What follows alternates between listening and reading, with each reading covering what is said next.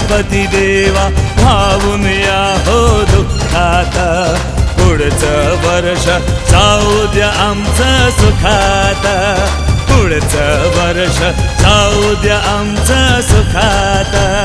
महिमा तुमचा तुम तो देवगणात, या मंडपी मंगल मूर्ती क्षणात. गणपती बाप्पा मोरया, मंगल मूर्ती मोरया, गणपती बाप्पा मोरया, मंगल मूर्ती मोरया. ओम गण गणपते नमः. चलिए एक और कहानी लेकर मैं आपके सामने आया हूँ. गणपति जी की रोचक कहानियों में से एक और कहानी मुझे मिली है, मैं आपके पास लेकर आया हूँ. ये बहुत ही फेमस कहानी है. इसे कहते हैं गणेश जी और खीर की कहानी. गणपति जी ने एक बार बैठे थे अपने जगह पर, उन्होंने सडनली डिसाइड किया कि चलो संसार में जाकर मैं सब लोगों की चेक करता हूँ कि सब लोग कितने मेहनती हैं, कितने ईमानदार हैं, या काम करते हैं कि नहीं करते. उन सब लोगों का उनको मन में आया कि चलो मैं परीक्षा लेता हूँ सब लोगों की. तो उन्होंने एक बालक का रूप बनाया और निकल पड़े संसार में. एक गांव में जाके पहुंच गए. गांव में उन्होंने अपने हाथ में एक चम्मच रखी और दूसरे हाथ में एक चम्मच में एक दूध रखा और एक दूसरी एक थोड़े से चावल रखे अपने हाथ में. और वो जब घूमना शुरू किया और साथ साथ में बोलते रहे कि कोई मेरे को मेरी खीर बना देगा, कोई मेरे को मेरी खीर बना देगा, कोई मेरे को मेरी खीर बना देगा. कहते कहते वो गए. लोग उनको देखते तो हंसते कि ये कौन बालक है, चम्मच में एक दूध लेके थोड़ी सी चावल हाथ में लेके बोलता कोई मुझे खीर बना लेगा. तो लोग एज यूजुअल हंसने लगे कि ये थोड़ा सा इसका दिमाग वो हो गया है. और वो किसी ने कुछ नहीं किया और वो फिर एक गांव से दूसरे गांव कोई भी आगे नहीं आया कि उनको उनकी खीर बना के दे.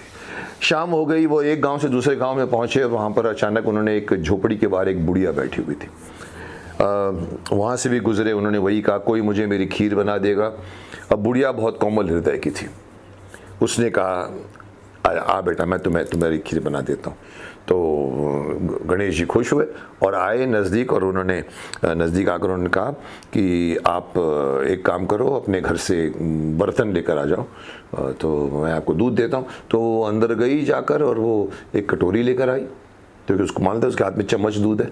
कटोरी लेके जब आई गणपति जी के पास तो गणपति जी ने कहा नहीं, घर में तुम्हारा जो सबसे बड़ा बर्तन हो ना वो लेकर आओ.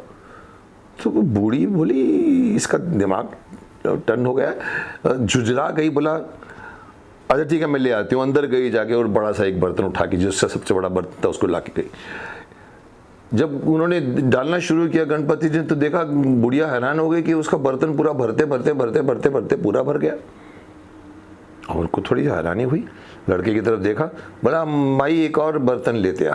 तो अंदर गई, दूसरा बर्तन लाई, वो भी भर गया. तीसरा लाई, चौथा लाई, जो भी उसके घर में बर्तन पड़े थे सब लाके धीरे धीरे उसने दिए और पता लगा कि सारे के सारे बर्तन भर गए. तो अब उन्होंने वो हैरान तो हो गई. बोला अब आप मुझे मेरी खीर बना दो.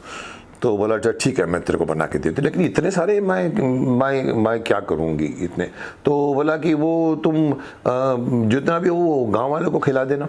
और बोली ठीक है. और फिर मैं बोलता मैं नहा के आता हूँ, तब तक आप खीर बना लीजिए. वो गई, उसने बड़े मन से खीर बनाई और उन्होंने कहा और चारों तरफ खीर की खुशबू होने फैलने लगी.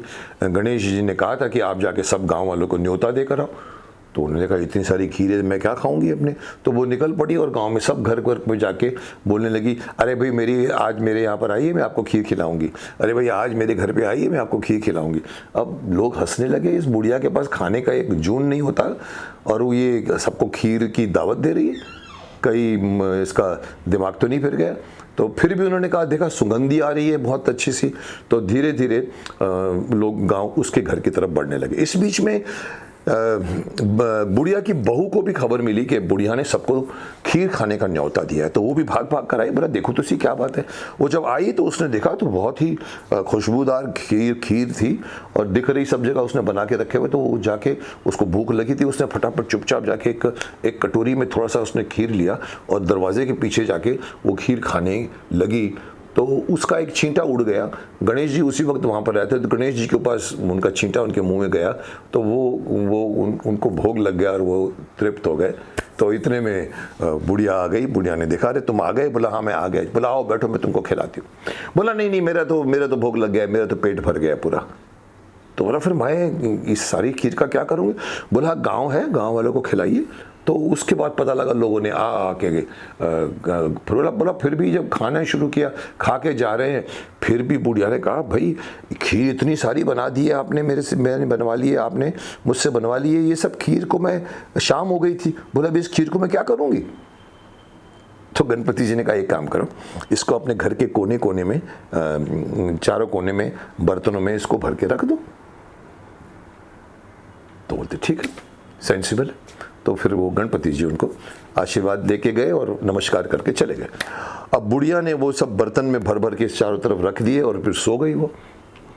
अब सुबह उसकी नींद खुली, जब उसने खुल के देखा, बोला देखो खीर खराब तो नहीं होगी। जब खीर आके देखा तो मालूम पड़ा उसके अंदर तो हीरे जवाहरात पड़े हुए हैं, सोने चांदी हीरे जवाहरात, वो सारी खीर।